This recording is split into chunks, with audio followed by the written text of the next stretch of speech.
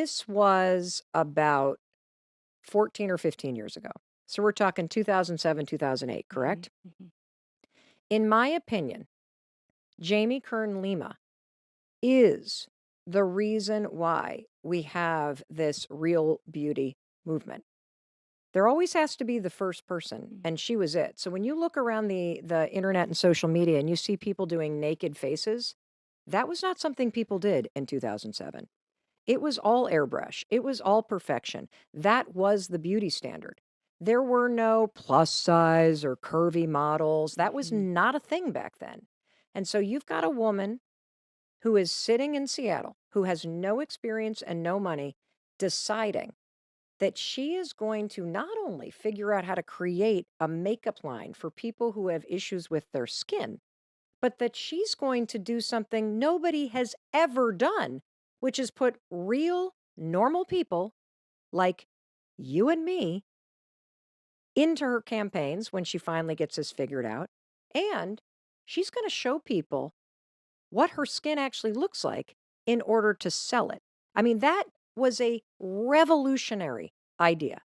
She was the first. And I'm telling you this because you could be the first. You have something inside of you that is a problem, something that you can solve. And you could be the first to change the way that people think about an issue. And so, Jamie, let's pick up the story because how do you go from this aha moment, like, oh my God, oh my God, oh my God, to doing something? Because I Yes. think some of us have aha moments, right? Yep. And then we But we doubt don't him. do anything. Yes, because we doubt him. We Yes. doubt him. We think like, "Oh, someone's already done it," Yes. or, "Oh, whatever." First of all, if you're out there right now and you think, "Oh, you have an idea or a way you wanna show up in the world or someone else you wanna help, but you think, 'Oh, someone's already done it.'" Literally, there's only one of you in the entire universe, which by definition means no one has ever done it the way you're gonna do it. So, Mm. when I launched this Say that again, Jamie, for the people that are like, whoa, whoa, whoa, kids, calm down. Wait, Jamie just said something. I was doing my dishes. Say that again. Talk about the fact that this matters. This is huge because I think the biggest reason we talk ourselves out of things is we think, "Oh, someone's already done it. Yes. Someone's already done it before, who must be smarter than me or more talented or more whatever it is than me." And what I have learned and then proven, and I want to tell you too about I'm going to get so excited, Mel, because no, when you do this thing, like don't be shocked then when there's millions and millions of rejections and people don't get it, right? Because it's never been done before, right? Oh, Because yes. there's only one of you doing it the way you're gonna do it, but just to recap that, there is literally only one of you in the entire universe, right? And so if you are gonna show up to this world authentic, that means whatever you do, if it's authentic to you, it's actually by definition, it's never been done before, Hmm. right? And so when you show up that way, don't be surprised if not everyone gets it right away. Or, in my case, all the experts I put on pedestals all said no. That this idea of how I wanted to connect with women, they thought it wouldn't work and they thought I wouldn't therefore make them any money. So, but can I ask you a question Yeah, real quick? How did you go from the aha yes, to starting? So, what did yes, that look like? Like, because I yep, think, like, if you're in this space where, let's just use an example. You've never actually you don't know the first you have this thing about catering that you yep, just can't get it out of your head. You wanna do these events, you've never actually done this because you had never yes, done anything with makeup. You had yep, no idea what you were doing. yep. You have an idea and you have an aha moment. Mhm. What was the first thing that you did to start to make this real? So leaning on that, why I had to do it and why Mhm. it felt like it was going to be part of my purpose was a Mhm. big thing that helped me actually take the risk, quit my job. Wait, you And quit your job because you had an aha moment? yeah, it was deep. I was like, if I had What did it all, feel like? it felt like, if I didn't do it, I would wake up the rest of my life with this pain in my gut, this longing, knowing I was created for more. It felt like if I didn't do it, I would have the pain of regret. And Mm. if I did do it, I might have the pain of failure and maybe the pain of embarrassment and then maybe the pain of, oh, wow, that doesn't feel like it went how I thought it was. I knew it was this big risk. I Yeah. knew I was leaving what I thought was my dream job. Why did you have to Um, quit your job? Just curious. it was literally from day 1, I was all in. Like, I dove all in. I knew if I was gonna do this, I needed to just go all in on it. And, I started I do not recommend this, but I started working, like, 100-hour weeks from the beginning. I was so freaking passionate about it. Like, I couldn't stop thinking about what if I can actually figure this out? What if I can literally 'cause it became a So big did you have dream. any savings? Like, do you have a little bit of Very savings? little Because you didn't savings. pay yourself for the first 3 years that you did this. First 3 years. So, basically, my husband and I wrote this business plan, right? Yep. Quit our jobs, dove all in our living room. We poured all of our savings into it. I thought, Mel, and this is for someone watching us right now, I know this. I thought if I can figure the product out, it's gonna be huge. Right. And then I realized, like, oh, being an entrepreneur or launching a dream is not always that easy. We poured every penny we had into it, and once we actually created a product and we were scrappy. If you And wanna how know did you how. create a product? Like, are you in your Yeah. kitchen buying stuff at the grocery store, or how does this even work? Okay, so no, so so first, I love that, technology is right there, right? So researching how are makeup formulations made, who makes them, what are the FDA regulatory compliance, all the unsexy stuff I know nothing about, just diving into the research phase of how does this happen. And then what I learned is that manufacturers are makeup companies' closest held secrets, right? Like closest held secrets. They won't disclose who they work with, but a Hmm. lot of these big manufacturers work with all the top brands that you see or a handful of them. Gotcha. So I So started. so are you saying that all of the brands and top brands that you see are basically manufactured by a handful of companies? Yes, Okay, handful of got it. companies, and then some do it in-house as well. Gotcha. So what I did was scrappy. I walked into a Sephora, I wrote down the name of every single brand in there, went home. I had no money, right? Cold call every single brand and saying like, "Oh, I'm looking for a really great manufacturer. Could you let me know who you And then they hang up on me. You know what I mean? One after another, after another, after another. And I got this really small brand in a totally different kind of positioning where the girl who answered said, "Oh, here's who we use. They're in New York City, blah, blah, blah." So that was my first manufacturer. Reached out to them, had a meeting in person, had no money, poured this idea out to them. They took a risk making me samples. And that's how it started, was just really being scrappy and trying to figure it out. All of our money had went into the product development formula and the Yep. advisory board of the product. Yep. And I thought, okay, now we have a product that works for me, right? This was after hundreds of formula iterations. I thought that was going to be it. So is this like year 1 or year 2? Like, how long did this take? Yeah, it took a good first year to get Okay. that product.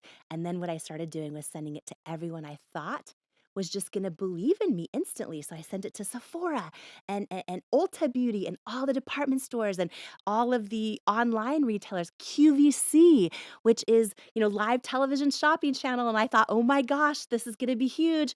Every single one of them said no after no after no after no. And to your point, it became 3 years of not being able to pay myself, 3 years of hundreds and hundreds and hundreds of no's, of crying myself to sleep at night. Were you and your Um, husband, like, fighting like crazy? Like, "You should go back to work. You should but why do we do that?" Like, were you, like, doing you that? you wanna know what it was? We Yeah. still believed in it, but we weren't sure how we were gonna make it. It was, like, friends and family that were like, wait, you quit your job? Are you sure you should have quit your job?" Or, "Wait, you still haven't made any money? Like, it's been 3 years," right? So you hear all of this, the voices get so loud. Yeah. The loudest, though, were my own self-doubt. Sometimes we take a chance and go for something because our gut is telling us to do it, and then all of a sudden you face all this opposition and you start to question, is my gut wrong? Is my knowing wrong? And there were so many times where I would literally get this another brutal no from, Sephora or QVC or whoever it was. And I would just literally cry myself to sleep. I would pray about it and be like, God, I feel like I'm supposed to be doing this, but nothing is going right. So, let's just pause in that moment because I get a lot of questions from listeners who, because of the things that have happened in their past, Yeah. they don't know how to trust their intuition. Yeah. And I get a lot of questions about decision making and how to truly, in a situation like this, where you are burning through your entire life savings, Yeah. You have left your dream job. You have gotten no after no after no after no after no. How do you stay connected to your intuition in a Mhm, situation like that? mhm, What tool do you have or what advice can you give to somebody who's having trouble hearing what the right decision is mhm. in that kind of situation? Yeah. So I think that intuition is like a muscle that we build Mhm. over time. And I think it's a lifelong journey that, to really learning how to hear it and to trust it. And one of the greatest tools I think is to go back, think back to times in your life where maybe you had this gut feeling to do something and everyone around you said, don't do it. So you listen to them, you didn't trust yourself, and then think about what happened. Right. And then similarly, go back to a time where everyone was like, "Oh, no way, no way." And you're like, "But I love him. I don't think he's lying. I think his phone really did break 5 times every weekend. He didn't disappear, his phone." Like, right, think about, like, that situation when everyone was telling you something and you didn't listen, or even your gut was telling you, right? And you didn't listen, and you think back to those times and you start to develop pattern recognition Mm. of how it felt in moments in your life when you trusted yourself or didn't, and what happened. And you get better attuned to what that feels like. So, What does it feel like for you I in both feel, situations? Like, can you describe what it feels like for you when you're like, "Yep, nope, that's a no." And what yes. does it feel like for you when you're like, "I'm sticking with this"? Yeah. Often it's the tiniest of feelings in my gut, right? Some people describe it as like a still small voice. I pray about it. I ask God to give me the answers and I try to live the answers. Do you feel the answers that God gives you? Like, is that what happens for you when you do this? Like right now, when I look at you, right? Yeah? Like I know you're a beautiful soul, right? I just know it. You know it. You feel it. Like I feel like you have good, like you're good. You know what I mean? It's a Yeah. feeling, right? And we get these feelings, but so much around us is so loud. Mm. And we just learn over time. And by the way, not to go, this could be a whole other episode, but especially as women from the time we're young, we learn not to trust ourselves. We walk in to our parents fighting and we go, "Is everything okay?" They're like, "Everything's great. Everything's great." Right? To protect us, we start to learn to You're like, doubt ourselves. "Baloney." Yep. Right? But Uh-huh. or, especially as young girls, you learn to make decisions by consensus Mm. often with your friends, Or and you making other people happy. making other people happy. People pleasing, we're rewarded for pleasing everyone else and almost ignoring what we feel. So if you're someone who's an adult right now going, I don't even know how to hear my own gut or trust myself, that's why we've been trained out of learning how to do it, right? So it takes intentionality and really deciding, oh, you know what, I'm going to put in some time, even if it's 5 minutes a day, just to thinking about moments in my life where I trusted myself, where I didn't. And if you don't remember any of them, start now. You know what you just inspired me to think about? Hmm. I don't even know if it's possible to do this, but imagine if you could go through the rest of today and only make decisions that align with what you truly want. If you Yes. don't want to go to that party tonight, don't go. If a friend asks you something and you feel obligated out of guilt to lend them that thing, don't actually lend them the thing. Yeah. Eat what you want to eat tonight for dinner. Don't just go to wherever your friends want to go. Like, I think that would be a real eye opening experiment if you were to do that. And you start building that muscle, right? And the more you do that, some people don't even pay attention to what they actually want to eat for dinner. They're just like, what sounds good to everyone? But to your point, when you start paying Hmm. attention, then you also start building that knowing of hearing your own knowing. Do you think it's possible to discover your unique purpose in life if you are not connected and listening to your intention and intuition? I mean, And your own intuition. Here's how I think I think it's way more likely, and you're going to actually discover more than one purpose mm, often if you're really tuned in to your intuition and you're intentional about it. But what I'll say for someone who feels like they can't hear their gut but they still want to find their purpose, a friend of mine, Rory Vaden, says that you're best positioned to serve the person you once were, right? Trent Shelton, our friend, says one day the things you're going through right now will be the things you made it through. Yeah. And what I would say to someone listening right now is look at something in the past that has broken your heart, that has caused you grief, that has been something that you care deeply about, whether it's Mm. positive or negative, that you've gone through, something you care deeply about, or maybe pain you've gone through, something you have made it through. I believe often when we go through the hardest times in our life, Yep. it's for one of two reasons. What are they? It is to either equip us with the strength we need to carry the weight of our success that's to come, to Mm. carry the weight of our purpose that's to come, or we've gone through these horrible, unspeakable times, things we would never want to happen to us again in our life, because we're actually going to get our greatest source of fulfillment and purpose by one day helping someone else who's going through them. I And love that saying that you're best equipped to help the person you used to be. yes, If I were to ask you, what's your passion? Do you know the answer? Most of you are going to say, no, I, I don't know what my passion is. And while we're on the topic of passion, I bet you're starting to even think, how do you even find your passion? And when it comes to finding your passion, you're making a huge mistake. You're looking for passion in the wrong place. And it's not your fault that you're making this mistake because you were told a lie. You were told you got to go find your passion. I even remember reading that if you find your passion, you'll never work a day in your life. But here's the problem. You've been led to believe that passion is something that you find, that it's like some magical career, or it's an amazing person, or it's a place that you're going to live, or it's a pursuit. Passion, it's none of those things. Let me tell you the problem with thinking that passion is something that you find. When you think passion is some treasure that's hidden from you, you're going to spend your whole life looking for something. That's going to make you feel lost. It's going to make you feel overwhelmed. It's going to make you feel confused. So let me show you the way.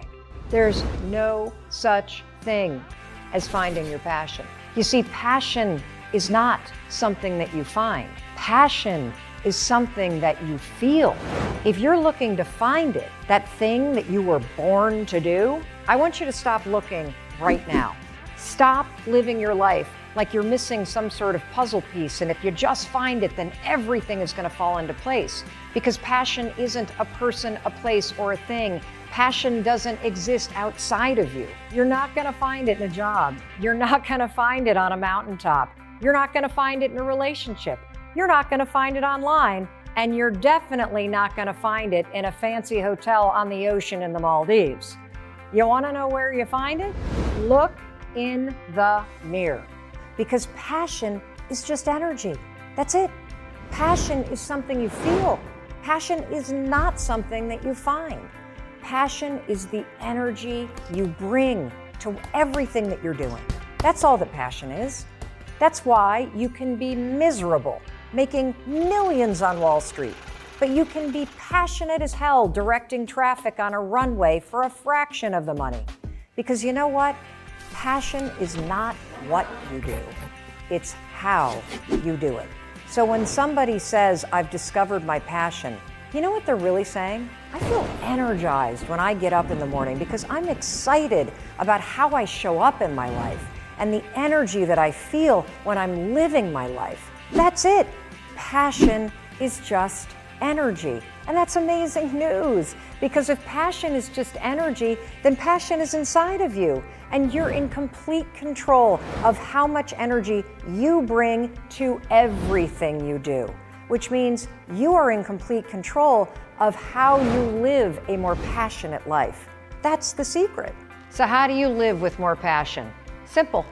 Follow the energy. Stop asking yourself, how do I find it? And ask yourself, how do I bring more energy to my current life and to everything I'm doing right now? And the easiest way to follow the energy? Start by doing things that naturally energize you. And that could mean anything. It could mean sitting in the quiet and reading a book. It could mean talking to an old friend. It could mean working on a new business, even if it isn't successful. Heck, It might just be cranking up the music and singing at the top of your lungs on your commute to work. That's why passion is how you're living, not what you're doing. You see, passion isn't what you're pursuing. It's how you're pursuing it. And that's why I wanted to talk to you. I want you to change how you're living your life right now. Stop waiting until you find your passion to be happy and start bringing positive energy to everything that you're doing today. And you'll start living a more passionate life right now. So here's what we're going to do. You and me, we're bringing the fun. And rule number 1, stop focusing on all the logistics. Focus on the laughter. I'm not kidding about this. I want you to weave laughter into the logistics. If you did the work ahead of time to plan for fun and to make sure it's fun, it will be fun. And, when I say don't just focus on the logistics, also focus on the laughter, I want to tell you a quick story. So we're hosting Thanksgiving this year, and my husband, thank God, is handling the logistics. And so he put together an email and he, assigned all the things out that everybody was doing. And yeah, bring the dogs and, bring a bathing suit and blah, blah, blah, blah, blah, blah, blah.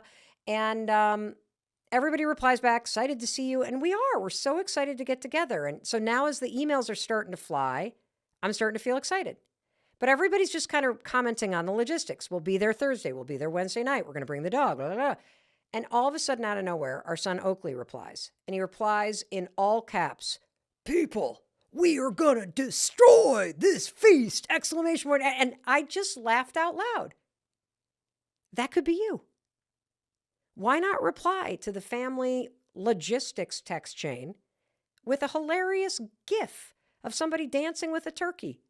Why not put in a hilarious photo of somebody in the family? Why not bring the fun? So don't just focus on the logistics. Make sure you focus on the laughter too. Now, let's talk about step 2. How do you stop falling into the, fun will just happen spontaneity category, and you fall into the, I'm going to make this fun thing happen category? Well, let's look at the research. People who are happy do things that make them happy. That's one of those studies where I'm like, yeah, duh. But then you're like, oh, no wonder I'm not happy. I'm not doing anything or prioritizing happiness. They work at things that make them happy. And it makes sense because when you try things that make you happier, you're a happier person. Well, guess what? The exact same research relates to fun. It's seriously so obvious, it's kind of stupid, but let's have some fun with it, right? Let's not be embarrassed. Your life becomes fun when you plan things that are fun to you. Or even with normal things. You just bring a fun attitude like our son did to the email chain.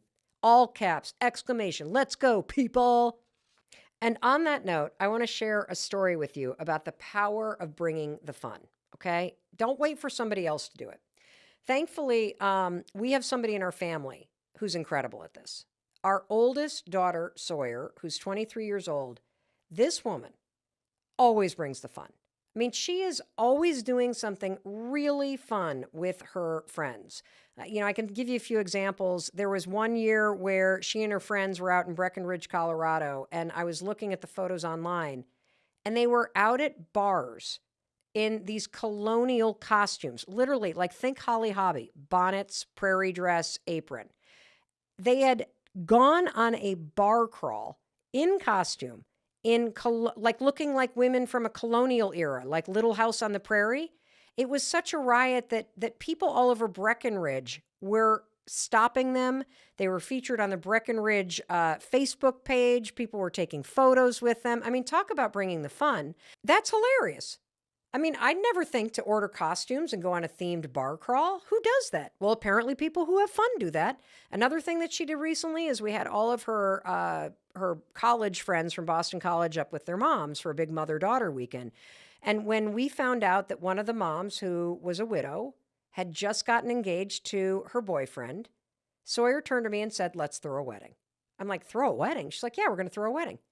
And sure enough, impromptu, they made a sash for the mom. We made a veil out of a paper towel, like, like a long thing of paper towel, and flowers out of I don't like foil.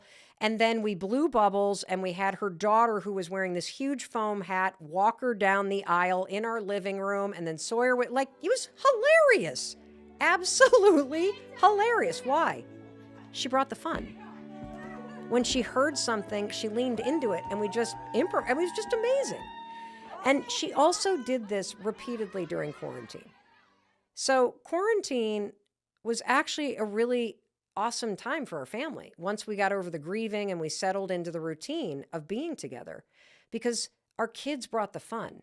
Sawyer went through and made an entire chart for the month of March, and she came up with theme nights every other night. There was a family Olympics night. There was a bake-off where we divided up into teams, and we had to bake desserts, and we also had to dress up as chefs. I mean, it was super fun. But the most fun night was a night that I had never heard of. This is a theme you should steal. I love this. It's an anything but clothes dinner. And what does that mean? I didn't know either. It means you have dinner with your family wearing anything but clothes. You're not supposed to go nude. You are supposed to wear something other than clothes. So Sawyer, for example, took 2 huge king-size pillows and duct taped them all around her. So she put one in the front, one in the back, and then duct taped it. So that was her clothes, or her outfit. I can't remember what Oakley wore, and I can't remember what Kendall wore, oddly enough. But I took a champagne bottle box, and I put it across my chest. And the way that I fastened it to me is I poked holes in the top of it, and then I put a ribbon around it and hung it like a necklace, and then put duct tape on the side so it stayed in place. And then I made a pair of pants out of brown grocery store garbage bags, like 1 bag per leg, and then taped the front together. Now, Chris's outfit was something. Chris took a rubber pot lid.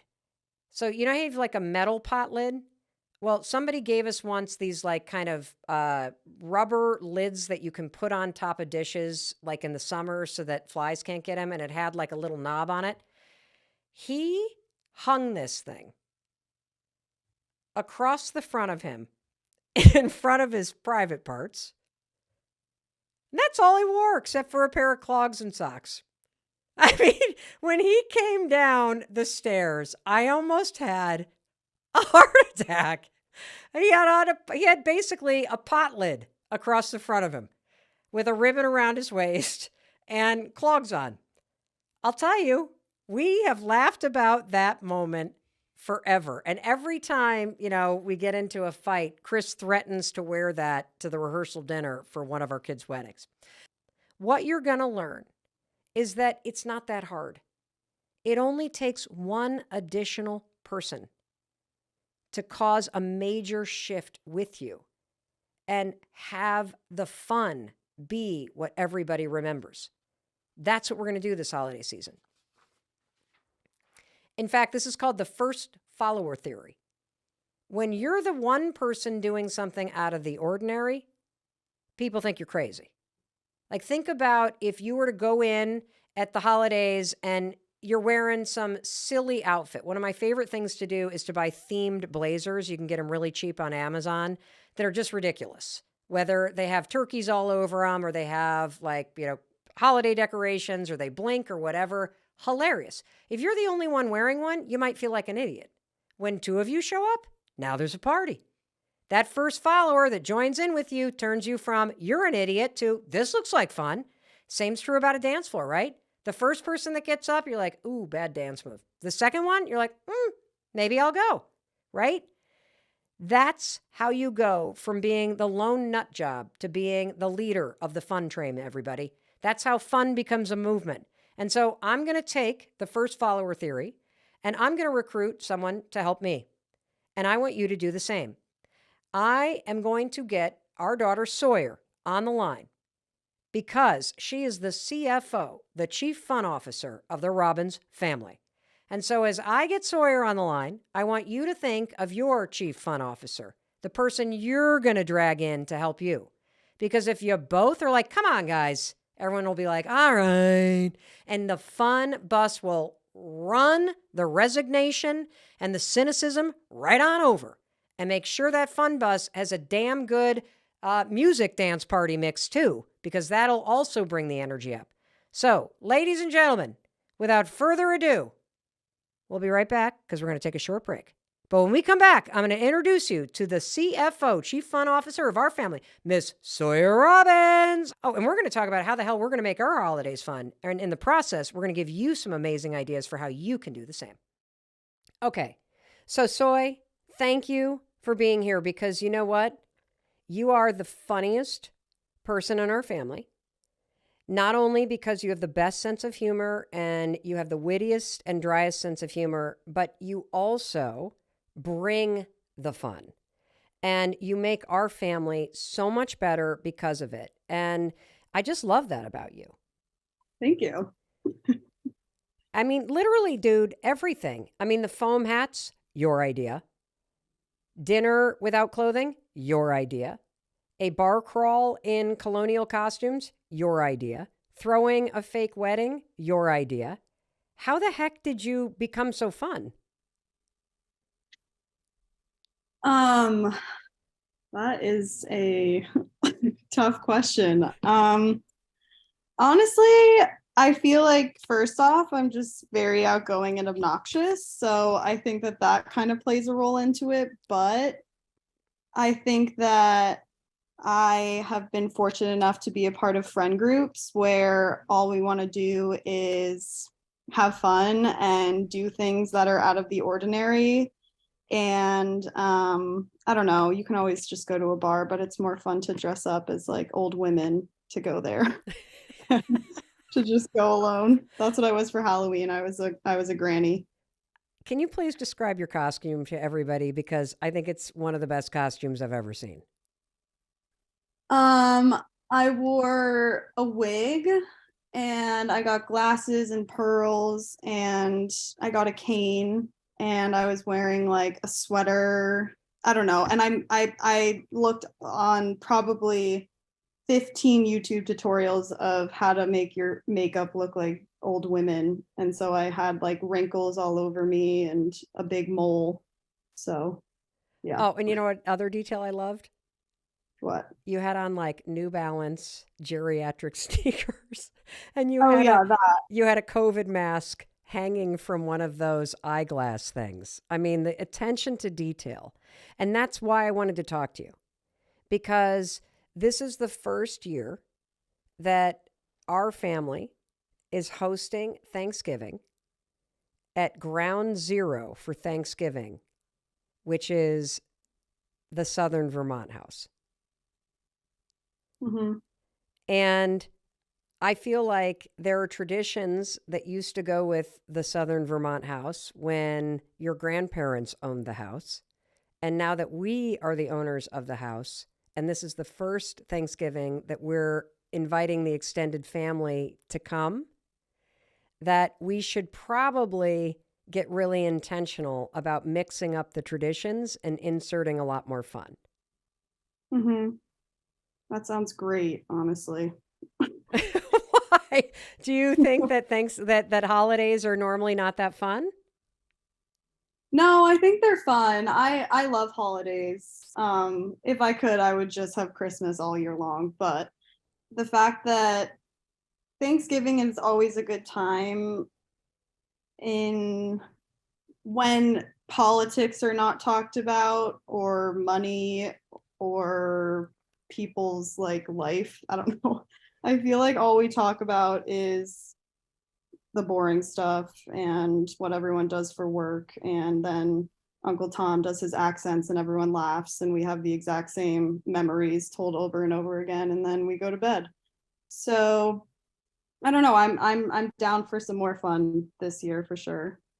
I agree.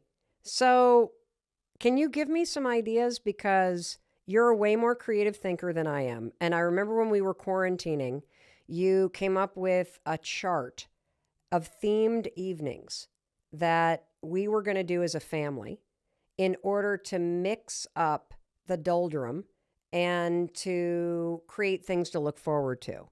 I want to start with a particular post that you put on social media that went crazy viral, and it really struck a nerve for me. And you posted this thing where you said, at 32 years old, I realized I was a child in an adult body. And this just hit deep for so many people. What did you mean? What I Thank you for calling out that post. I think for a lot of us that can be really challenging to hear that about ourselves. And for me, if I'm speaking honestly, it was very challenging to come to that awareness. And what I met was mainly around my emotions and the way that I hadn't learned, of course, in early childhood.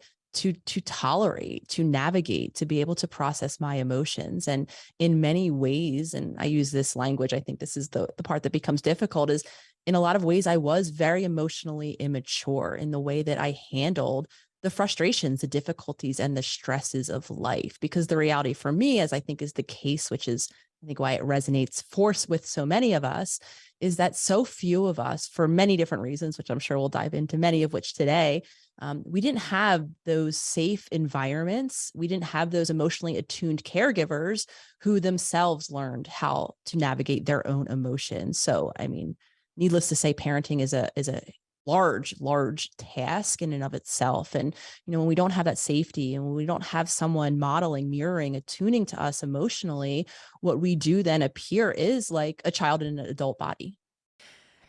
I want to take a step back because for those of you who have not read Dr. Nicole's New York Times #1 best-selling book, which is a game changer, How to Do the Work, um, or you don't follow her online like millions and millions and millions of people do, can you tell everybody what your life looked like at the age of 32? Because, when you talk about emotional immaturity, it's not like you were running down the street naked, taking a baseball bat to the side of a wall, like kind of rambling gobbledygook. You were high functioning and successful. So we just give everybody like, what does life for Dr. Nicole at 32 look like when you have this realization that, holy shit, I can't process my emotions maturely? Yeah, and I'll be the first to say I wasn't able to even admit that or even have that language for what was going on at the time. What I did know was that I had finally arrived, or so I thought, to the end of all of this, achievement based to do list. To speak to your point, I wasn't, kind of dysfunctional in the very traditional sense. I had, in a lot of ways, I had the successful life, or at least appearance of life around me. I was in a partnership, a committed partnership. I had a successful practice after achieving my PhD. I was surrounded by, a network of supportive individuals. I was living in the city that I chose to live in. Everything seemingly on the outside, right, was reflecting this idea that I should feel good, or at least better than I was. So I think as a lot of us do, my first feeling was a really low, disempowered, lack of fulfillment and shame. Because again, as I looked around, I kept almost telling myself, well, what is wrong with you, Nicole? Why aren't you, feeling good about yourself? Why aren't you feeling fulfilled? Why aren't you feeling even connected to this life that you created? So not having the awareness of why I was struggling right alongside with, at that point, the clients that I had been working with week after week, month after month, I wondering, feeling as a disempowered then clinician in the room, what is wrong? Why are so many of us stuck? Those of us who even have access to supportive individuals like myself in a therapeutic environment, why is the report I'm getting week after week not that I'm getting better, but that I'm getting more and more frustrated, more and more shameful, more and more stuck in these patterns? And for me, it really began with exploring, what is keeping so many of us stuck. And for me, I landed on the answer being all of the conditioning, oftentimes very stress based, very trauma based conditioning that, was emblematic of the childhoods that most of us have grown up in, that were creating habits and patterns that no matter how much insight, how much awareness that we had, were keeping us disconnected from ourselves, from our life, and from our relationships. So, as you are talking and somebody's listening intently, going, wait a minute, is there a different way to experience life? Because adulthood, it's so familiar sounding that you check all the boxes. Ivy League degree, you're practicing psychologist, you are successful on the outside, you're surrounded by all these people, and you're having this internal crisis and disconnect where you're going, why am I not happy? What is wrong with me? What more could there be? How can I not figure this out? I am sure most everybody listening can relate to this.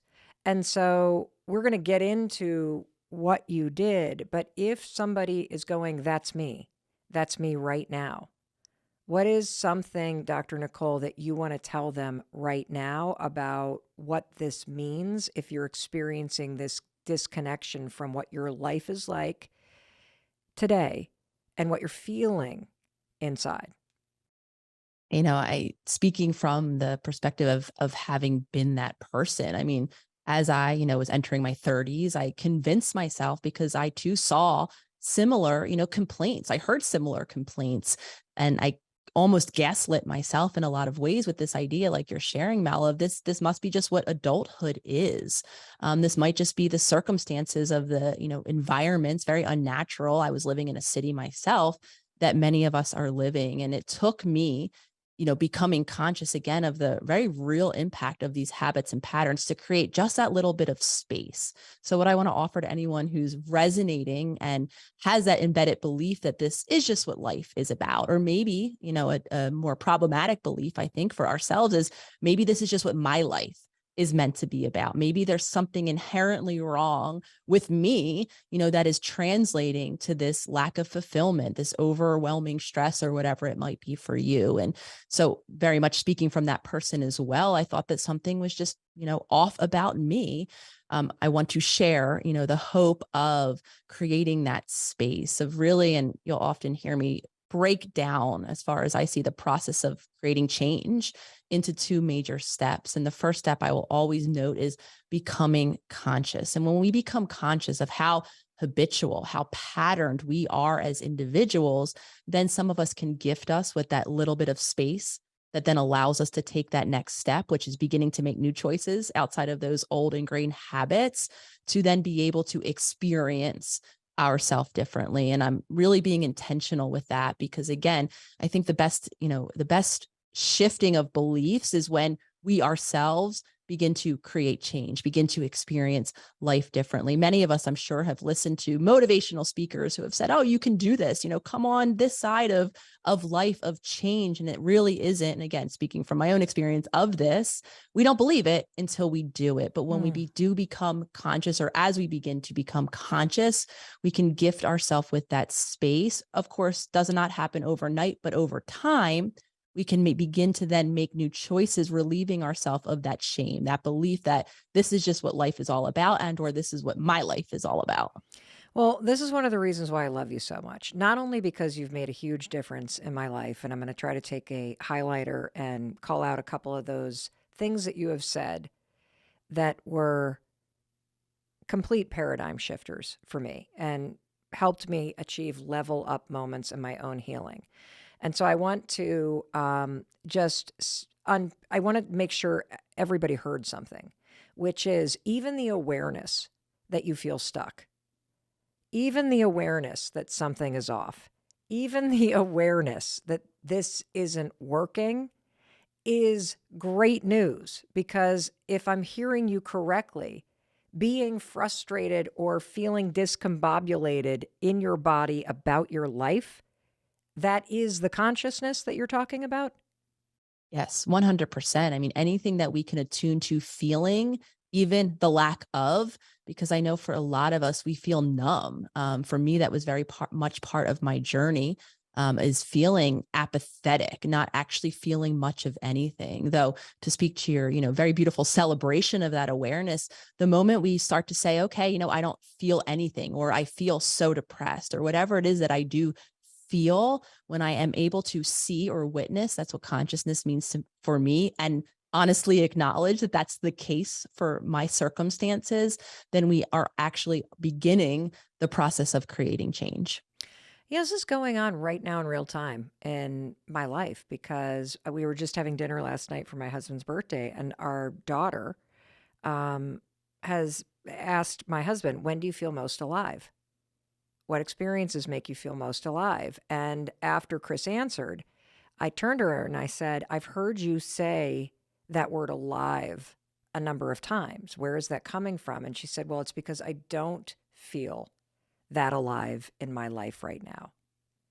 And I think when you have those insights, you're right to go, I was celebratory because I'm trying to highlight the fact that most of us react to that insight that, holy shit, I don't feel excited by my life.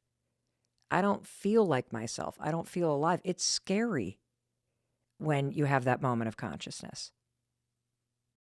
It's incredibly scary, feeling as many of us do when we're on that blind autopilot, especially if our autopilot is driven by a state of nervous system disconnection. I often connect many of the conversations, many of the habits and patterns that we're beginning to talk about now back to our physiological body. And there actually is a state of shutdown that many of us, I found myself living in, that created, and it wasn't to say like we were going back to the beginning, right? I was still marching through life, checking endless boxes of to-do list. It wasn't that I was apathetic sitting on a couch, though. For some of us, that's how it presents. We don't feel motivated. We procrastinate. We actually can't get up and do much of anything, though some of us are still able to continue to literally just live life going through the motions. And our emotions are what makes us a human. So feeling very much, I talk about my spaceship that I was living on, the spaceship of disconnection that again began for me in childhood, does create this feeling, this embodied existence of living like a robot. So when we rob ourselves of our emotional experience of life, we're robbing ourselves, in my opinion, of life itself. But again, as often is the case, there are reasons embedded in our mind and our body that have created that experience, even of that distance, that disconnect, that apathy, that lack of motivation, that procrastination, whatever it is, that isn't a reflection of who you really are, what is meant for you in life, but again, is an adaptive coping mechanism, usually around your earliest environments or circumstances. Wow. How do you split your passions? I'm passionate about my job, but I know it's not forever anymore. I'm also an entrepreneur and trying to build my own business. How do I find time for both until I can just focus on my business? Lizzie, fabulous question. And first, I want to give you a really surprising piece of information. This comes from one of my favorite authors. His name is Adam Grant. He wrote a fantastic book, The Originals. Just go buy it and read it, and trust me, you will be thanking me later because it's an amazing read. In the opening chapter, he dispels this myth that we all buy into, and that is that most successful entrepreneurs are these huge risk takers. Turns out that's not the case. Check this out. You're in good company if you're working full-time and trying to launch your business. There was a study that he cites where over the course of 14 years, 2 researchers followed 5,000 businesses. And guess what? The businesses that were launched by somebody like you who was working full-time while launching your business had a 33% less chance of failing than the people that quit their jobs and jump all in. And the reason why is you know how to hedge your bets. You're a little conservative in terms of the risks that you'll take, which means over the long term, your business is more likely to succeed. You asked me, how do I balance my passions? How do you find the time? Because I, like you, have a million things going on. From being an on-air commentator to CNN, to having an incredible partnership with Success Magazine and doing a ton of cool stuff with them, to giving over 80 speeches a year and running a company and having a family. The key is this. You must find 30 minutes before 7:30 in the morning. 30 minutes before 7:30 that you take at home, that you take at a coffee shop, where you organize your day and you work on 2 things that will push your business forward. 30 minutes before 7:30. Why do you need to do this? Well, because when you walk into work, your day is likely going to get hijacked. And secondly, If you were to take this time every single morning and focus yourself, you're now starting your day having already done work to advance your business, and you're walking into your current job knowing what you need to get done. That's going to make you work smarter at work. I think a lot of people that are working a job full time and also trying to launch a business on the side actually have the time. The problem is that you're not being rigorous and focused about what you're spending it on. I hope that helps. Keep in mind that you're in great company, Lizzie. You're in great company with other incredible entrepreneurs that actually didn't take the leap. They kept their job. Ever wear a pair of Spanx? Sarah Blakely, she kept her job while she launched that product for over a year. John Legend, he was crunching numbers as a consultant and singing at night in his mid-20s while he launched his music career. And the list goes on and on and on. So 30 before 7:30, get 2 things done during that time that'll advance your business, and you will be shocked at how quickly things grow. When you first start using it, it like creates a connection to yourself, right? There's that presence, there's the support, there's the encouragement, there's this, that. As you use it over time and the habits of self-empowerment, self-celebration, self-validation become a part of who you are, and you start to truly build that trust in that partnership, something interesting happens. You hear your own intuition and your ability to trust in the divine nature of things more loudly. Okay. So I am doing the talk show. Yeah. Now, I have not, in full disclosure, invented the high five habit yet, but I love this story because I believe that what's meant for you is trying to find you. Yeah. And your job is to remove the fear and the insecurity so that you are open to it. Just like jealousy is a signal, and your insecurity and fears are blocking that signal, there are signals and signs every day of your life. Yeah. So the backstory of this is that, so we have a 23-year-old and a 21-year-old and a 16-year-old. And at this point, our son is in the 8th grade, and our son isn't like everybody's kid, awesome kid, but he really struggled in school. He had profound dyslexia and dysgraphia, ADHD. He had bounced from the public school to a school for language-based learning to now a tiny little independent school, hoping that we could find the right fit so that this kid would actually enjoy learning. High school's coming up. And I made the mistake, or I guess I should not even say it that way. I said, because everything happens for a reason, you've had such a terrible time with School Oak, you can choose your high school. Yep. Big mistake at the time. It turns out to be the greatest thing that ever happened, but I thought he would look in Boston. Plenty of amazing high schools in Boston. Our daughters had already said, bro, you cannot go to the public high school. Your ass will get eaten alive at that place. You know, it's like, not the theater kid with dyslexia. You're not going there, okay? And I love my theater kid with dyslexia, but just in a big kind of high school. Yep. And so they're like, you're not going to like it. We went there, we know. So I thought he'd look in Boston. Mm-hmm. And all of a sudden he says, I want to go to high school in Vermont. In Vermont. I'm like, okay, what boarding school? I don't want you to go to boarding school, but I don't want to go to boarding school. I want to go to the public high school where my grandparents live. Like, what? You know we live in Boston. So my husband has gone to Southern Vermont for 45 years. He grew up ski racing for Stratton. We love Vermont. But I believe my words to my husband were, Vermont is where people go to die.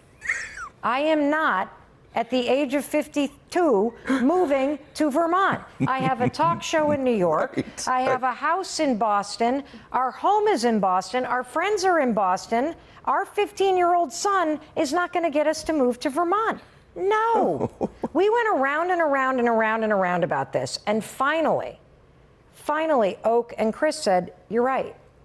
That would be kind of like us moving further away from where you are means we don't, like, okay, we'll find a high school. So he's looking at high schools, right, in Boston. Meanwhile, I'm taping this daytime talk show, which I ended up failing at and getting fired from, at CBS Broadcast Center. the producers have booked a psychic. And I love this kind of stuff, but I'm super skeptical. Yep, like me. She comes on, and, you know, the truth of the matter is, there's no way she had an audience list. Because the dirty little secret about daytime talk is, unless you're Ellen or something that's wildly successful, you are trying to get church groups and homeless people to show up. Like you like whoever has a pulse can sit in the audience. So we don't even know who's sitting there, right? So it's not like this was staged. Right. Right. So I learned that this woman can speak to people who have died because she was electrocuted when she was little, and when she came to in the hospital bed, and she's like our age, her dead relatives were there. Amazing. Amazing. So I'm like, oh, this is cool. And I'm like, what are you going to do? I said, are there dead people here? She said, oh, yeah, everybody's got somebody standing. It's starting to get crowded. And the second I start talking, it's going to get really crowded. I'm like, really? She said, yes. I said, well, who are you going to talk to first? The first reading, Ed, honest to God, she gets up, she goes straight over to like this section over here, asks 4 women in the second row to stand up, looks dead in the eyes at the first woman, and says, does your mother know you're pregnant yet? Yeah, that was that woman's. And then the mom looks at her like this. And then she goes, now you've lost 2 kids, right? And the woman's face. Gosh. And then she said, the daughter that you lost is here. The woman's now crying, and she wants you to know she loves you and everything's going to be okay, but she's going to pass over. But the son that you're carrying is going to stay. But the son that you've lost, now she's weeping, is going to stay because he's connected to the son you're carrying. The whole audience is now sobbing. This is the first reading. Whoa. Like, buckle up, people. Here we go. So it just got crazier and crazier from there. And then all of a sudden she turns and says, there's somebody standing behind you that would like to talk to you. Are you open to being read? And I'm like, of course. Yeah. So she said he's in a military uniform. And I say, it must be my grandfather, Frank Schneeberger. And she said, he was in the Navy. And she said, no, this is a pilot in the Air Force. And I'm like, a pilot in the Air Force? There's nobody I'm related to that is a pilot in the Air Force. Could it be a friend? No. K, does the letter K mean anything to you? Nope. How about the name Ken? I'm like, well, that's what we call my daughter. Her name is Kendall. She's named after Chris's dad, whose name was Kenneth. And she said, I think it's Ken, Chris's dad. And I said, you're wrong. Ken was an advertising executive. He was not in the military. In fact, I think I said, if Ken had been in the military, I would know. You said that. And she said, he's getting agitated. I think he wants you to verify this. So meanwhile, Chris's dad had died of esophageal cancer like 11 years ago. So they get Chris on the phone in the control room, and I can hear in that little earpiece, Yes. Mel, we got Chris on the phone. Your father-in-law, Ken, was in the Air Force Reserves in college. His dream was to be a pilot. And he found out on the pilot's exam that he was colorblind. Gosh. Something you can't Google. Impossible. And something that I didn't know. Impossible. Come on. So now I'm like levitating on my own show. And so she said, he's come here because he has a lot of grandkids, but your son is very special to him. And he's come here with a message about your son. And I'm like, oh my God, what's wrong, right? What is he going to say? And she said, I don't quite understand what it is. I don't know if it's about a nickname or a group of friends, but there's something going on with a school. Come on. And you don't like it. He's here to tell you, you have to trust your son on this one. I am like, are you shitting me? My dead father-in-law has come back from the grave with an ungoogleable fact to prove that he's here to tell me that I got to move to Vermont? You're moving to Vermont. Yeah. So I wrap the taping, Ed. Unreal. I get on the phone with Chris. Unreal. And I said, I'm not going to argue with your dead father. We got to give it a go. Let's at least go. We'll rent a house. You guys can be up there. I'll be down here. I'll go back home to Boston. We'll figure it out. We got to do it. And he goes, Mel, you're not going to believe this. I said, what? He said, a year ago, my mom, who's been living alone in this house that she built with her husband, Ken, alone, up on a mountain for like 11 years. She wrote to somebody a year ago about this townhouse that's in a little kind of 60-plus community that all her girlfriends live in the little town in Vermont that we're in. And apparently the dude wrote back a couple days ago, and my mom has put an offer on the place. She called me yesterday, asked me if you and I wanted to buy the house that she and Dad built. I told her no, and I told her we were staying in Boston.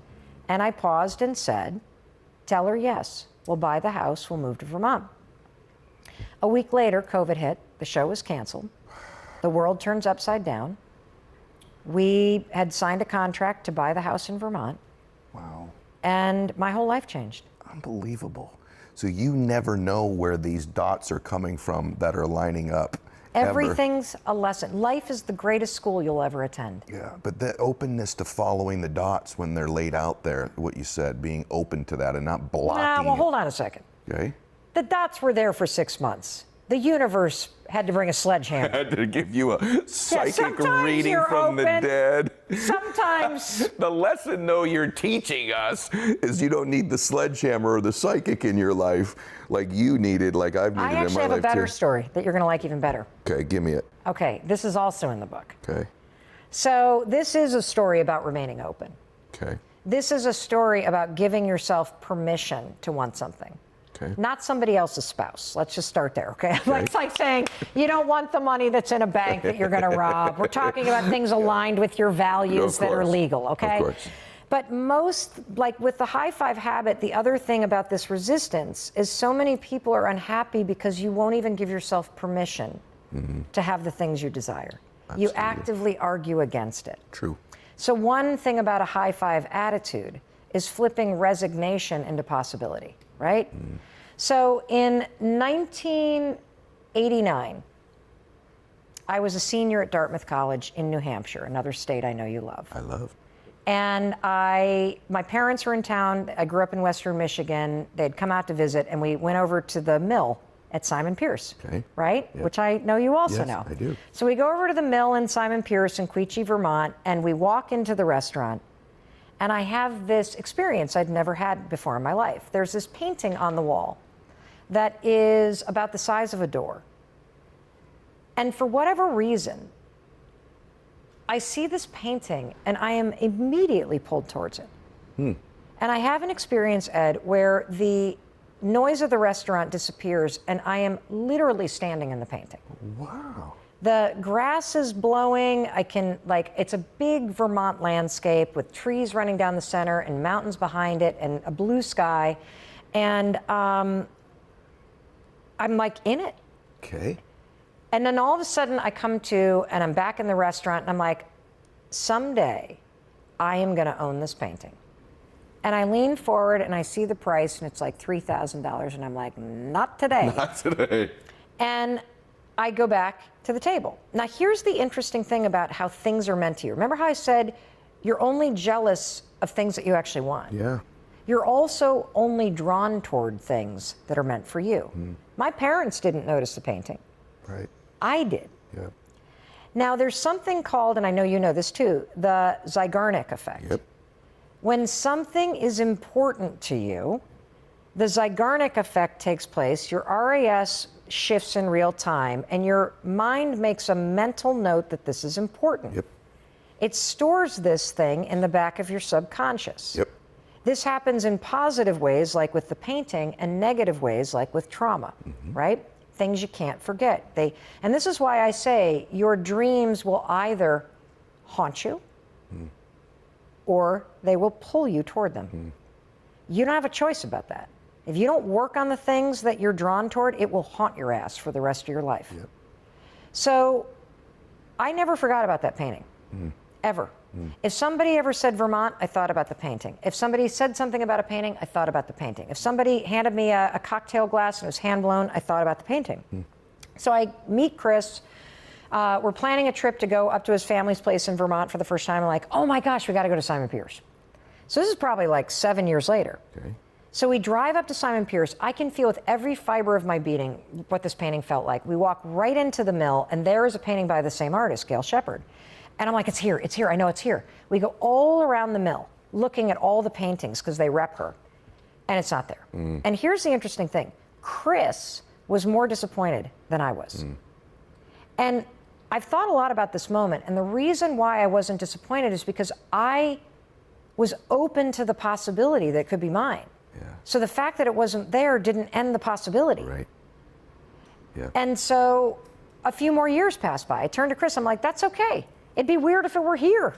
Like, I'm going to track that down. This is a quest. Right. Like, if I have to be 70 years old and track down the guy who bought it and hung it in a corporate lobby, and I have to pay $60,000 for this thing, I'm doing it. You're getting it. Yeah. Yeah. Like, and by cheering myself forward, Yeah. I am socializing my brain. I'm changing the filter. I'm making myself believe because I'm literally telling myself a story that it's possible. I love right? this. I love this. So a couple more years go by and I'm turning 30 or 31 or something. And Chris gets all of our friends to chip in some money into an envelope. He hands me $500. I'm pregnant with our first daughter. I'm like, out to here. Buy anything you want. I should have bought a crib or like stools for our new house or something. Right. But for whatever reason, all I can think of is this painting. Money, whatever I want, equals painting. Okay. So I pick up the phone, I call Simon Pierce. I want to buy a Gail Shepherd piece. What's your budget? He's like, pause, right? And he's like, tell you what, I'll send you some Polaroids of the smaller ones. And I go, okay, burn, right? You know? Right. And then I'm like, by the way, there's this one painting. I couldn't remember the name of it, but I could describe it. Stand of trees, blowing field, mountains, blue sky. And he pauses, he goes, oh, well, that was before my time. But you know who would remember it is Gail. I'm like, Gail? Personally, Gail. Yeah. Right. And he's like, here's her number. I'm like, you know Gail? He's like, of course, she lives down the street. Come on. So he hands me her phone number. Come on. I give her a call.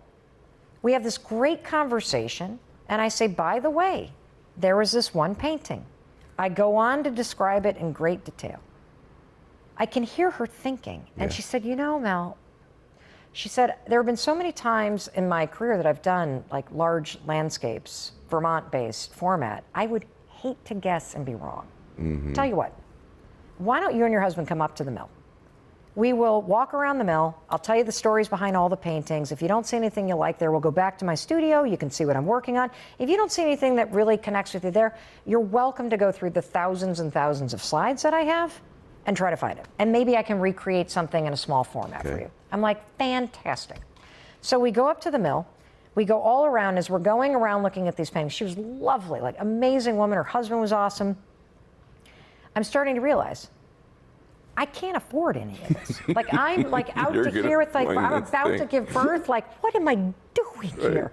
The imposter syndrome picks. All I want to do is impress her. We don't have the money for this. Why are we buying a painting? Like the only thing on our walls is like a poster that was hanging in my dorm room in college. That Matisse jazz thing that we all had. Oh, yeah, everyone had. So we sit down, and she goes, "Now that you're sitting down, I have something to tell you." There has only been 2 times in my entire career as an artist that I have done 2 studies of the same scene at the same time.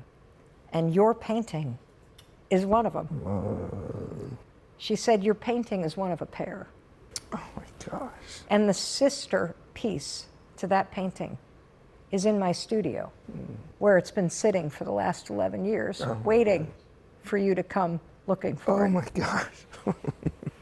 And her husband was like, you should have seen her when she hung up the phone with you. It was like she saw a ghost.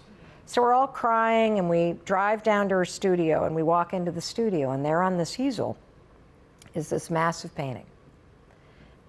And I'll tell you, Ed, it was the most exquisite moment of my life. Oh my gosh. It was as if I was standing in that mill on October 6th, 1989, my 21st birthday, declaring that that thing would be mine. And 10 years later, standing before it, knowing I couldn't fucking afford it. So I turn to my husband and I say, dude, I don't need shit. You don't have to buy me any rings or just fucking buy me that painting. And he turns and says, hey, Gail, how much for the big one? And she says, Mel can have it for $500. Because clearly when I was making it for her. So it now hangs in my kitchen, and it is a visual reminder every single day that your mind is designed to help you. Your job is to tell it what you want and to remain open to the possibility of having it. That's incredible. Usually you don't make me cry on my show. The art and the skill of building a life that is guided by the things that you're passionate about. Yeah, that's great. So what is something that you're worried about or feeling insecure about, or that like is the next big thing for you? I know you got a big book launch coming. Yeah, that's one thing. I mean, I'm talking about a topic on masculinity. Actually, before... Where are you going? Are you going to do something with my... I'll mention that, but Okay. here's the thing also I wanted to add. If this is, mastering the skills, Yeah, and this is working on it or executing it, right. if we, just to emphasize this, I was great at these two things as well my entire life, and I would achieve all my goals by executing the work on the skills.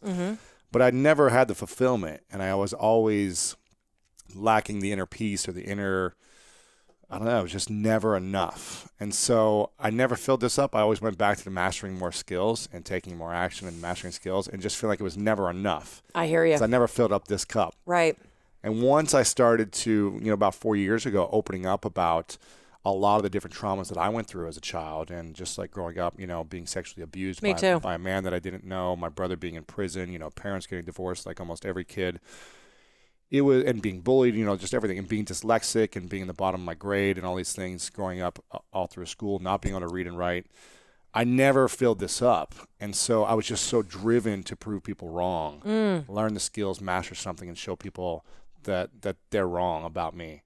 And it was just never enough. It was just this endless cycle of like never enough. No matter how big, how much money I made, it was never enough until I started to work on this cup and this bucket, and then everything shifted. So it's important that we do that as much as these two. Yes, and I know sometimes a message falls flat. When you're in this, when you're committed to providing that kind of content for people, and you can get focused on creating it and not actually being somebody that is consuming enough of it. And so that's a huge change that I made. Funny enough, on the male side, one of the biggest shifts that happened in my marriage with Chris is we had always been kind of even Steven partners, both with the parenting and with the finances and supporting one another, except for that phase where I was a real bitch and I was like saying you cannot follow your dreams. That was all fear talking. Sure. One of the coolest things that's happened for us is that as my speaking career took off organically, and the world basically said, lady, you need to teach the world this message, and we don't care how much you're going to kick and scream about it. Right. We're going to keep putting you on stages, and the phone's going to keep ringing, and we need to know about, people need to know about this. My husband had always, like you, youngest of 3 boys, dad was crazy successful, wasn't around because he traveled all the time. Chris had always had this thing in his mind that he hoped that they would grow the restaurant business, and he would have this big kind of, liquidity event. And then he could take off 4 years and teach and be with our kids. And it just so turned out that it didn't work out that way in the restaurant business, but my career went like this. And so subsequently, we wouldn't be able to have the marriage or the family if Chris weren't running point at home. Right. And what's so Someone's cool, gotta be there. well, yeah, but what's so cool is for an entire year, he beat himself up about it. Uh-huh. And then Wow. he got sober. He went to a yoga intensive training. He's now a certified yoga instructor. He has a tractor. Wow. He runs the booster club for our high school sports. He created a triathlon in our town. That's one of the biggest Wow. fundraisers for the town. That's the guy cool. is like found himself and his strength. And we've realized something in our marriage where he's just not driven in terms of the financial piece or the in the way that I am. And part of the conflict in our relationship for a long time was me putting those societal demands on him, him feeling the obligation. And so the thing that's also been really cool is that when you start to discover the courage to speak what's true for you, it's amazing how things shake out and fall into place, and it gives other people the courage to explore and figure out what's true for them. Because the fact is, he is a way better parent than I am, especially for the ages that our kids are. And I have this saying where I feel like every phase of your life requires a different you. And the phase that I'm in right now and the kind of parent that I am will be totally different when our daughter heads off to college next year. Different phase of my life is going to require a different phase of me. And so it's been so killer to see us step into this different phase where he is so happy and self-expressed. And I was reminded of it because you talked about this project, and I want to hear more about it, about what you're working on, because he's now launching this tiny little retreat for That's guys. cool. Wow. He's a big Knowles guy, so they're going Sure. off into the mountains That's and very really cool. exploring. Success is one thing.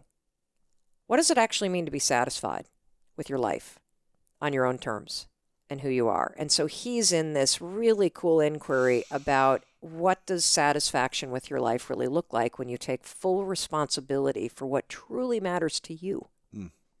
Powerful. Yeah. Yeah, fulfillment. I mean, we can all learn how to be successful, but if we can't be fulfilled, then it's a failure, Yeah. Success is failure without fulfillment. Now what I want to do is I want to talk to you about the 3 strategies that will keep you, the secrets to building an optimistic mindset. You ready? Excellent. Here we go. Number 1, the secret to an optimistic mindset. You got to be maniacal about your intake. Negativity in here means negativity in your body gets stored here and negativity comes out here. It becomes this loop of negativity. And so in order to build a positive mindset, I want you to be maniacal about positive input. That means really watch your news intake. Do not be watching it every day. Get the facts, get what you need to know from a trusted, measured, calm, factual source, and then turn that shit off, okay? That's number 1. Number 2, edit your social media. Anything on your social media feeds should be helping you be more resilient, more optimistic, more positive. Anything that you're following that triggers you, that is negative, that rubs you the wrong way. You know, one of the things that I've noticed, I have some favorite celebrities that I have followed for a while because I think they're funny, or I love just kind of their sense of humor. But there are so many people that I have muted right now because I think that what they're doing online is so freaking out of whack. Seeing people give us advice about quarantining from the back of their estates and mansions, telling us to donate when they're not saying they're donating, seeing this kind of tone deaf celebrity thing going on. I'm normally not a negative person about that, but I have muted so many accounts because it's not doing anything for me. And you got to be selfish right now. You have got to edit your social media feeds so that your social media feeds are helping you build an optimistic and positive mindset. And so every day, the second I see something, mute, unfollow, because negativity in means negativity gets stored here, means negativity goes out there from you.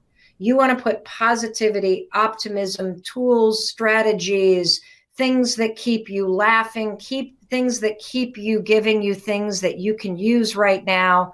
The second you start getting overloaded with Corona stuff, mute that stuff, edit your social media based on what you need. That's number 1, maniacal about your intake. The second secret to building an optimistic mindset is do tiny things every day that boost your mood, okay? So we're going to build your mood muscle. If you can, move your body, because negativity gets stored here. And moving your body, we know based on the research, simply moving your body for 10 or 20 minutes a day will release chemicals in your mind that help you boost your mood. The second thing that will boost your mood is I want you to make a tiny promise to yourself every day. Just one thing that makes you feel more positive. Is it getting up on time? Is it eating something healthy? Is it only having 1 glass of wine or reaching for a mocktail? I want you to put one tiny promise into place. Put it into the comments right now. What's one tiny promise that you can make to yourself that you're going to do every day? It might just be that you're going to wake up every day, take a deep breath, remind yourself that you're healthy And that's going to be the tiny promise. I want you to do one tiny promise every day, because keeping a promise to yourself will boost your mood and make you feel more in control. Another way to build your mood muscle is have a zero tolerance policy for your own negative thoughts. Right now, as you edit social media and edit your news take and edit your negativity coming in from the outside world, do not tolerate negativity from the inside world. I woke up this morning, I looked in the mirror, I looked at the gray hairs that are coming in, particularly like right up here, and I started to go negative. I started to feel dreary, and I went, Mel, cut this shit out. You got to fight to stay positive, gal, because we are in this for another couple months. And do not succumb to despair. Do not start thinking negative stuff. When you have negativity internally, you got to have a zero tolerance policy for that shit. It's one thing to feel what you need to feel so that you can move through it. It's another thing to let negativity dwell up here and start ruminating. The 5-second rule is genius for this. Count fucking backwards. The second that negative, 5, 4, 3, 2, 1. Not listening to it. No, I am redirecting my thoughts. That's right. I am looking for the things I can control. I am keeping a positive attitude by focusing on things that I can control right now today. Got it? Good. The third thing that you need to do in order to build an optimistic mindset. You ready, everybody? Here we go. I want you to pick a small 10-week goal that you can control. Why am I saying 10 weeks? I'm going to tell you why 10 weeks. Because I think that we've got 10 weeks ahead of us of physical distancing. I think we've got 10 weeks ahead of us, if we do it right, of life in this weird state. And I want you to pick one thing, one project, that's it, for the next 10 weeks. That's your personal project. It's something you can control. You ready?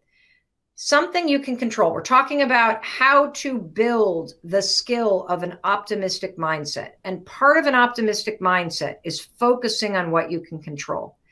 And I don't want you to jump ahead and worry about what's coming in the future. I want you to stay in this moment with me. I want you to realize that if you took on one small project for the next 10 weeks that you could control, something you've wanted to learn, some skill that you would love to have, some deficiency in your resume or your experience that you could gain in the next 10 weeks, there is something called YouTube University. That's right. Professor YouTube has so many tutorials out there. It's amazing. Right now, my husband is taking a Buddhist meditation teacher training class. My daughter is taking 2 classes. She is learning how to be better at Excel because she thinks it will help her with her summer internship. And it's something she was nervous about during the interview process. And she's also taking a painting class. What is one thing that if you were to use the next 10 weeks and we emerge from this and step into the next chapter of our lives, and you have learned something or you have developed a skill that equips you to feel like you are better positioned to step into this next chapter, you will constantly wake up every day and say, today I get to take this class. Today I get to work on this thing. Today I get to spend an hour polishing my Chinese, working on personal development. I see you. I see Himmy Mom building a website. I see Sephora saying she's going to improve her English. I see Nabil saying I'm going to develop editing and online skills. I see LDG, creative healthy cooking. I see Salio saying I'm going to find a class on YouTube University. What's a 10-week thing? Oh, I see Jack saying I'm going to take a French class. I'm going to learn how to crochet. I'm going to begin an online master's program.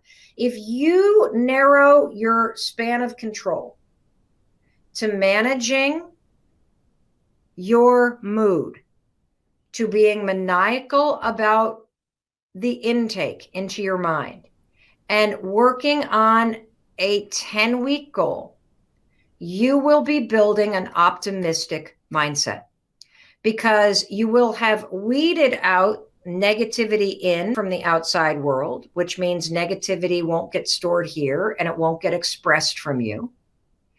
You will have built your mood muscle by forcing yourself to move every day, by keeping a tiny promise to yourself, and by being absolutely zero tolerance for your own negative bullshit on the inside. 5, 4, 3, 2, 1, redirect your mind to something you can control. And having a 10-week personal project where you pick something and you use YouTube University and you use this moment of time where you don't have anywhere to go and you don't have social distractions. You got time to focus on yourself. These 3 things will help you build an optimistic mindset. Absolutely, positively guaranteed. Can I require this of my teenagers? Here's what I would say about teenagers. One of the hardest things for teenagers right now is their loss of independence. And trying to require anything of your teenagers other than showing up for family dinner and creating their own routine, I think is a recipe for disaster. What I would do instead is I would share that this is what you're doing. And I would ask your teenagers a question. If you had a half an hour every day where you dedicated it to something other than school or other than being on your phone looking at social media, what's one thing that you never have time to do that you love doing? Is it playing guitar? Is it painting? Is it journaling? Is it reading a book? Is it knitting? Is it working on your tricks out on the trampoline in the backyard? What is it? If you ask your teenagers questions, in answering the question, they may find the self-motivation that this is something they want to do. I love that I don't know how to say your name, Jal, is working on emotional dependency and breaking apart the patterns that had you become somebody that was codependent and emotionally dependent on other people. Dr. Caro, I love you very much too. I think that's it. Today, the whole broadcast was about optimism. The reason why you cannot allow yourself to get into this pessimistic mindset loop, because it keeps you feeling helpless, it keeps you feeling stuck, it keeps you overwhelmed, and it makes you just stay stuck here. And why you got to build the skill of optimism. Because when you are optimistic, it's not that you are slapping a positive spin on a shitty situation. You are cultivating a mindset where you believe in your bones, your soul, every part of your being, that no matter what you're facing, you can have a positive impact on how you experience what you're facing, because you can choose what you think about and you can choose how you respond. And when you start to develop an optimistic mindset, it creates more optimism. It helps you see solutions and opportunities. It makes you feel more in control. It gives you things that you can focus on. It begets the ability to feel empowered, which only creates more empowerment for you. And the 3 things that you can do to create an optimistic mindset is, number 1, here's the 3 secrets. Be maniacal about what you allow into your mind. Totally. We do not turn the news on in this house. We don't allow it, because you know the old saying, if it leads, it bleeds. There's nothing but negativity coming off of the news right now. So there are a few things that we check. I look at the CDC, I look at the World Health Organization, and I look at the state of Massachusetts website, and that's about it. And I look at what Bill Gates is writing. And once I have the facts, I just focus on what I can control. I focus on my safety. That's it. I've also, every day I edit social media. Your social media should be serving you. If it triggers you in any way, if it creates any negativity, any tone deafness, anything, mute it, unfollow, get rid of that shit. Social media should be a service that is supporting you right now in your efforts to stay positive, to stay empowered, to stay safe, and to stay laughing. That is what you should use it for right now. The second thing to do to build a positive mindset is build your mood muscle. Move your ass 10 to 20 minutes every day, because your body stores negativity. Make a tiny promise to yourself that you're going to keep every day, because keeping a small promise builds confidence, makes you feel like you're in control, and it creates momentum. And zero tolerance for your own negative bullshit. You got it? It's one thing to feel feelings, to move through them. It's another thing to let negativity sit up here and make you ruminate. 5, 4, 3, 2, 1. In 5 seconds flat, you feel your own negativity. You get that bullshit out of there. You got no room for that stuff right now. And finally, the third thing you can do to start to build an optimistic mindset, establish a 10-week personal project. This is something that you are excited to do, that you usually don't have time to do. Why 10 weeks? Because I think that 10 weeks is going to see you through this moment of time. Use YouTube University to watch tutorials. Take small step every single day. And remember this little hack that I taught you. Thank you, Lorenzo in Italy. If you start feeling the stress and anxiety and panic of, I need to do this, I have to do this, blah, blah, blah, blah, blah, I can't get through my to list, I'm totally stressed out, blah, blah, blah, blah. Stop. Take a deep breath. Use these 3 words. I get to take an online class. I get to do my homework. I get to do this to-do list. I get to be home with my family. I get to have this time alone. I get to work on myself. I get to fight to be positive. I get to take 20 minutes every day and stream an exercise class. It will flip your mindset into one of optimism, of control, and gratitude. Because let's face it, if you're healthy right now, and if you're able to watch a video online, you have reason to be grateful. And when you remind yourself of that, you will feel positive. Somebody just asked me why Bill Gates. I'm going to answer real quick, because he's one of the smartest human beings on the planet who has made a commitment to donating almost his entire wealth to charities. And for the last decade, he and his wife have been at the forefront of global health research and initiatives and taking action. And if there is a man who is informed, who has been studying this, he gave a TED Talk in 2015 about pandemics, about world health, where he predicted this. He is talking about the fact that there are 3 things that we need to do right now. And one of them is we need to all be enforcing physical distancing for 10 weeks. We need to develop a way for everybody to test themselves so you know whether you've been exposed or not. And we need to collaborate globally on a vaccine. All 3 things based in fact and research, all 3 things that are measured and calm, all 3 things that make a hell of a lot of sense that I get behind. And so that's one of the reasons why. Research, credibility, a decade worth of experience, the smartest people on the planet, and a measured factual delivery. That is what I respond to, because I'll be damned if I allow fear, cynicism, hysteria, any of that crap that you see all over the news and the internet right now to enter my mind. There is no reason for it. You have the facts. 10 weeks, keep yourself safe, keep your mind optimistic, stay connected with me, stay connected with your family and friends, and we will get through this. 1,000%. We will get through this together. Well, first of all, Molly, I don't balance it at all. I don't even pretend that I balance anything. My life changed a couple years ago when I discovered something called the progress principle. It is a principle that was written about in the Harvard Business Review. It's based on a tremendous amount of research done by a professor over there. And what she determined is that people that feel happy and successful and fulfilled by their lives and work, they all have one thing in common. They feel as though they're making progress on something that matters. So I read this little bit of research and I started applying it to my life. And what I do, as stupid as this sounds, it really works. I don't focus on balancing everything. I focus on just making sure that I make progress on one thing a day. That's right, you heard me. One thing a day that matters to me. Now, if I can make progress on one thing a day that matters to me, then I can let go and let the rest of my day get hijacked by kids, by spouse, by phone calls, by emails, by social media, by all kinds of things that come up and tend to hijack your day when you're a busy person, when you have a family, when you're married, when you got a lot going on. And so by focusing on one thing a day, I feel the sense of control and the sense of progress that science tells us will make you happy and make you feel more confident and actually make you more effective at getting things done. It also frees me up to be more present with my kids.